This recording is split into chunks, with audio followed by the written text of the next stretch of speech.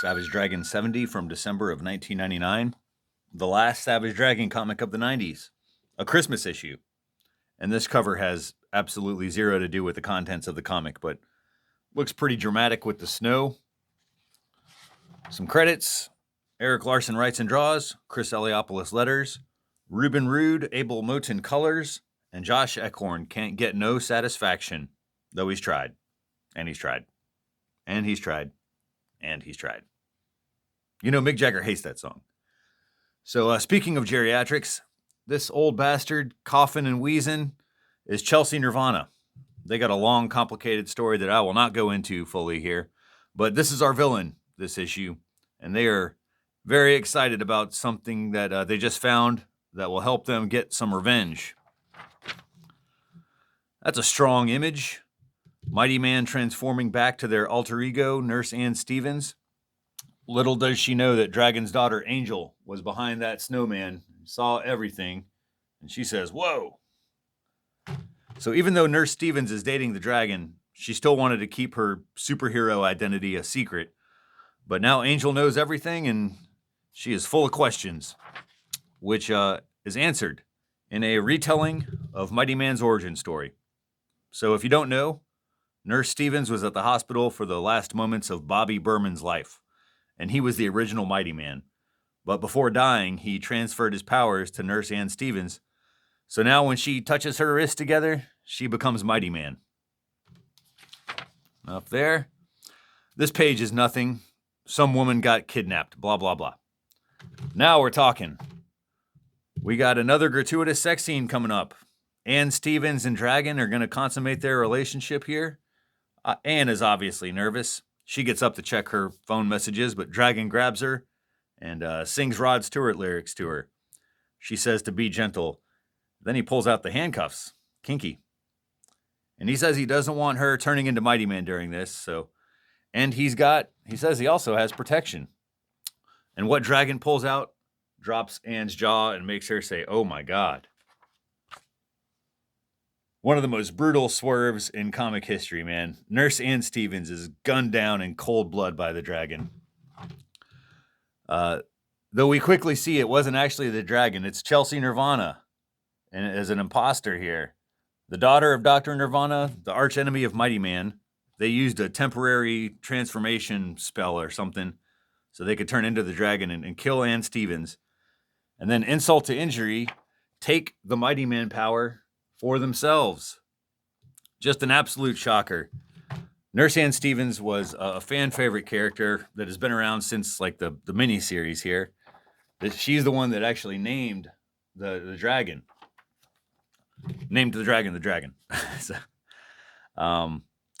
man, so, and you know, her and this was really devastating to the readers. Dragon and Ann had just gotten together and now she's dead. So, I guess that's how it usually goes in this book. Pretty much every woman that Dragon sleeps with has ended up dead.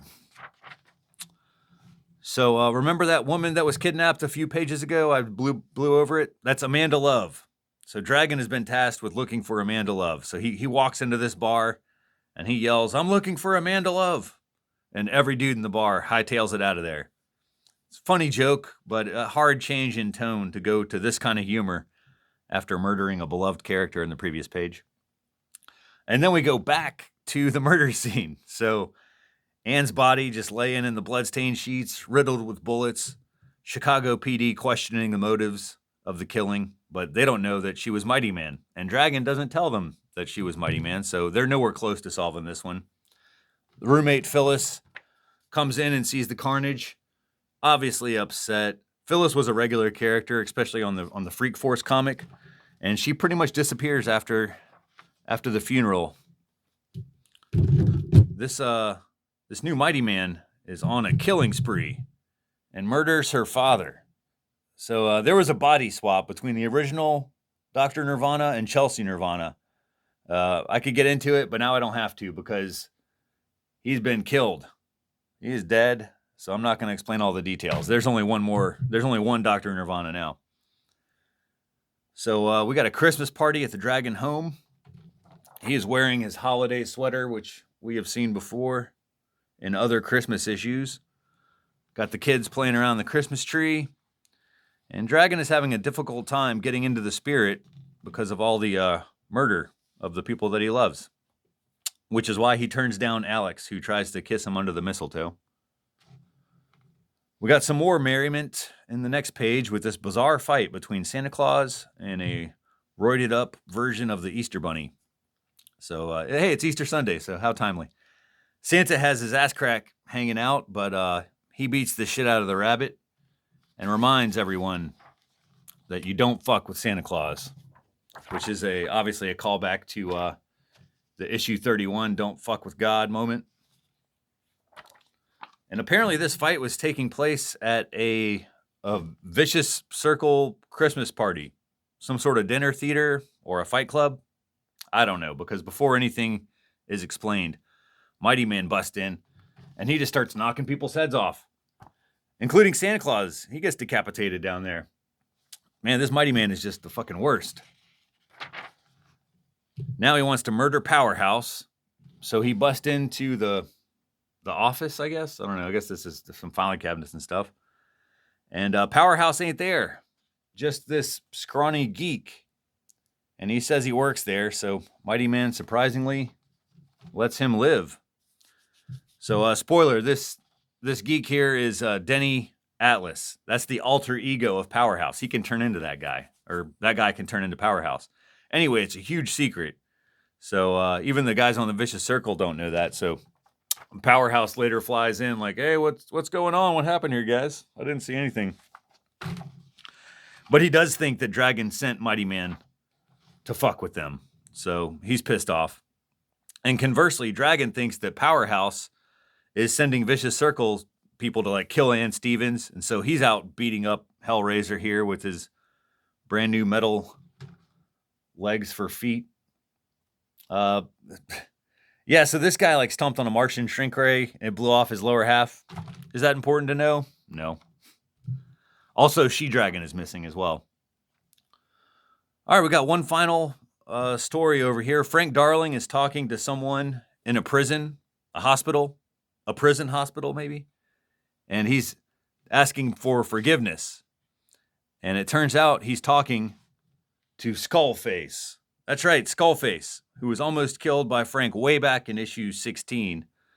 But this isn't going to be some triumphant return here.